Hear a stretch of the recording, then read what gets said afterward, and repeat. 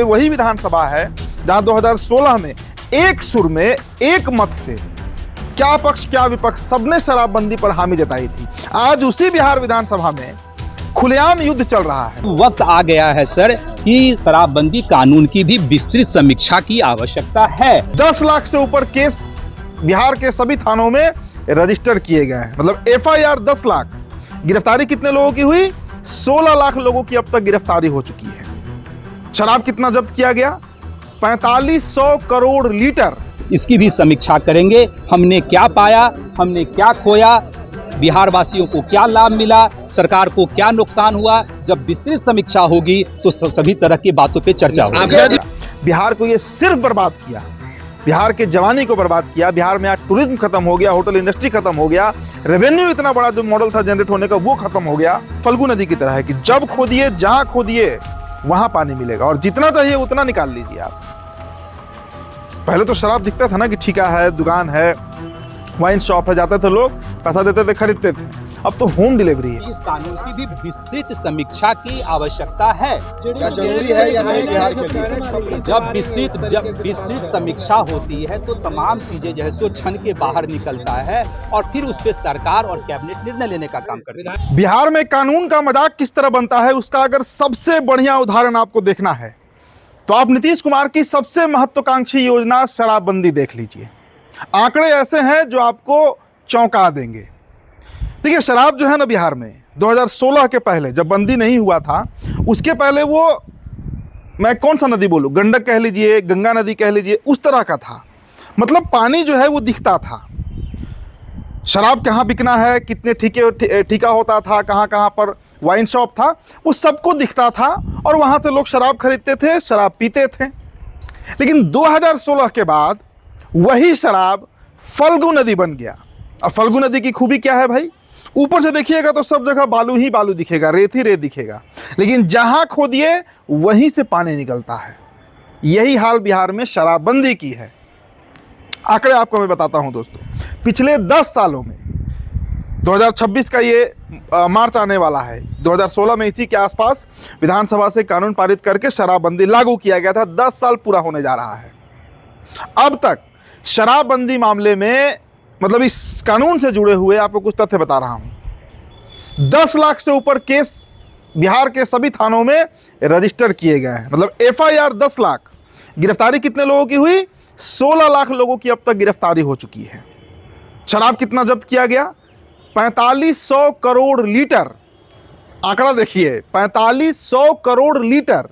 इतना शराब अब तक अवैध रूप से पकड़ा गया है। गाड़ी कितना जब्त हुआ है? 1 लाख से ऊपर गाड़ी जो है वो जब्त किया गया है शराबबंदी के मामले में। ये आंकड़े हैं 10 साल के। तो इसीलिए मैंने ना वीडियो की शुरुआत में मैंने क्या कहा कि बिहार में अगर सबसे वो कानून जिसका सबसे अधिक मजाक बनाया जाता है या बन रहा है तो वो शराबबंदी है। देखिए, मांझी जी कहते हैं, जीतन राम मांझी कहते हैं हमेशा कि भाई ये शराबबंदी एक ऐसा कानून है जो सिर्फ गरीबों के लिए है। मतलब जो गरीब व्यक्ति 50 ml पी लिया वो जेल के सलाखों के पीछे है, और वो तस्कर, वो शराब माफिया जो लाखों लीटर का सप्लाई कर रहा है बिहार में। भाई पटना में कहा जाता है कि रोज यहाँ पर 12 से 15 ट्रक का खपत है। इस पटना शहर की मैं बात कर रहा हूँ, सिर्फ राजधानी पटना की। आप पटना पहुँचिए, किधर से भी आइए, बंगाल से आइए, झारखंड से आइए, उत्तर प्रदेश से आइए, आपको 2-3-4 जिला पार करना पड़ेगा। अगर आप यूपी से आते हैं तो बक्सर, भोजपुर, तब पटना, या अगर गंगा उस पार से आते हैं तो गोपालगंज, सिवान, छपरा, तब पटना। आप अगर बंगाल से आते हैं तो आपको पूर्णिया, सीमांचल पार करना पड़ेगा।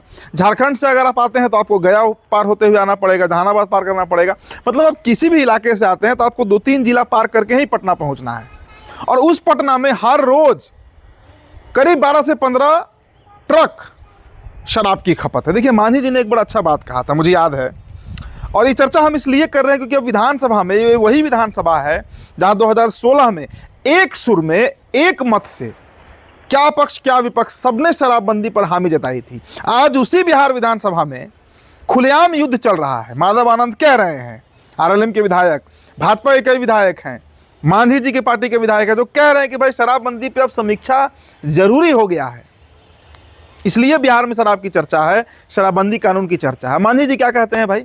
मांझी जी कहते हैं, नीतीश कुमार को उन्होंने कई बार कहा इस बात को कि नीतीश जी, अगर शराबबंदी की सच्चाई आपको देखनी है कि बिहार में कितना शराब बंद है और कितना इस पर कानून कड़ा है, तो आप बस एक काम करिए, अब रात के 11 बजे से सुबह के 5 बजे के बीच कभी भी जो सीएम हाउस है पटना का आणे मार्ग, उस सीएम हाउस के 1 किलोमीटर के रेडियस में जहां बिहार के सबसे गणमान्य लोग रहते हैं, अधिकारी रहते हैं, सचिव रहते हैं, विधायक रहते हैं, मंत्री रहते हैं, जज रहते हैं, कलेक्टर रहते हैं, बस उस 1 किलोमीटर के रेडियस में आप छापेमारी करा दीजिए हर घर में, तो आपको था लग जाएगा कि बिहार में कितना शराबबंदी है। शराबबंदी ने बिहार की कमर तोड़ दी। और देखिए इसे वसूला कैसे जा रहा है, तो ट्रैफिक में चालान पर चालान कट रहा है। मतलब पटना में अभी एक खबर था कि बिहार में करीब करीब दोस्तों 86 लाख गाड़ियों के ऊपर चालान कटा हुआ है और कोई भर नहीं रहा है। कहाँ से भरेगा? किसी पे 10,000 चालान है, किसी पे 20,000 चालान है। तो ये सरकार जो शराबबंदी आपको याद है 2021 में एक मैराथन बैठक हुआ था बापू सभागार में, हम भी वहाँ मौजूद थे। तमाम अधिकारी, बड़े से बड़े अधिकारी जो हैं वहाँ पर मौजूद थे और सब को नीतीश कुमार जो है वो समझा रहे थे, डरा रहे थे, हड़का भी रहे थे, कम से कम अपना जिला में आप बंद करा दीजिए। सभी एसपी मौजूद थे, खुद डीजीपी साहब, तत्कालीन डीजीपी तब मौजूद थे वहाँ पर। क्या हुआ? कई बार बैठक हुआ और उस बैठक के बाद क्या हुआ? उस बैठक के बाद जो शराब 100 रुपये का मिलता था वो 200 का हो गया, मतलब दाम जो है वो दोगुना कर दिया गया। और दोस्तों ये एक ऐसा सिंडिकेट है, एक ऐसा बड़ा, देखिए आज के समय में शराबबंदी की आपको मैं सच्चाई बता रहा हूँ। इस बार मुझे मौका मिला बिहार विधानसभा चुनाव के दरमियान कि मैं बिहार के कई जिलों में गया, कई जिले, कई विधानसभा, शाहबाद के 22 सीट, औरंगाबाद का 7 सीट, गया जिला का 10 सीट, सारण कमिश्नरी के 24 सीट, 21 सीट चंपारण का, करीब करीब दोस्तों 100 सीटों का मेरा दौरा हुआ और मैंने करीब 100 दिन पटना से बाहर ही गुजारा। बिहार का कोई ऐसा गांव नहीं मिला, मतलब विदाउट एनी एक्सेप्शन, बिना किसी अपवाद के एक भी गांव नहीं मिला जहां पर शराब नहीं पहुंचता है। मैं पूरा उत्तर बिहार, दक्षिण बिहार की बात कर रहा हूं, तिरहुत की बात कर रहा हूं। तो ये सच्चाई है। और ये मैंने क्या कहा कि एक ऐसा सिंडिकेट है बिहार में जो शायद अब शराबबंदी हटने भी ना दे। देखिए डिलीवरी का जो कंसेप्ट है, होम डिलीवरी का, जोमेटो स्विगी जब आया, ये कंसेप्ट तो दोस्तों 2020 के बाद बिहार ने जाना, लेकिन 2016 से 2020 के बीच बिहार ने एक और डिलीवरी जाना। मतलब जोमेटो और स्विगी के पहले होम डिलीवरी जो है वो बिहार को शराब ने बताया। आज स्थिति ऐसी है, कई ऐसे लोग मिल जाएंगे आपको बिहार में, बड़े बड़े माफिया जो खुद शराब कभी नहीं पिए हैं लेकिन सब शराब का धंधा कर रहे हैं। भाई एक बोतल घर में पहुंचाइएगा 200 रुपया बन रहा है। छोटे छोटे बच्चे जुवेनाइल, मतलब 18 साल से कम उम्र के जो बच्चे हैं, वैसे बच्चे इस जुर्म में शामिल हैं। 100 रुपया 200 रुपया रोज की कमाई हो जा रही है उनकी। ऐसे लोग जो 2016 के पहले कहीं ड्राइवर थे, कहीं क्लर्क थे, आज फॉर्च्यूनर से घूम रहे हैं। मैंने क्या कहा कि सफ़ेद, एकदम सफ़ेद पैसा इसमें आ रहा है और वो पैसा बहुत अपर लेवल तक पहुंचता है। हर थाना का बंधा हुआ है बिहार में, ये आप भी जानते हैं। और बिहार का अगर मेरी बात पर भरोसा नहीं है तो आप जिस गांव में हैं उस गांव से आप 10 गांव अलग दूर चले जाइए और वहाँ पूछिए शराब के बारे में। जो अगल बगल का थाना है, लोकल थाना होगा ना, जाकर पता कर लीजिए, वहाँ पर आपको था लग जाएगा। यही सच्चाई है बिहार में शराबबंदी की। तो बिहार में अब शराबबंदी पर समीक्षा होनी चाहिए, एकदम होनी चाहिए कि ये देखिए कोई कानून अगर आता है तो उस कानून का फलाफल क्या निकला।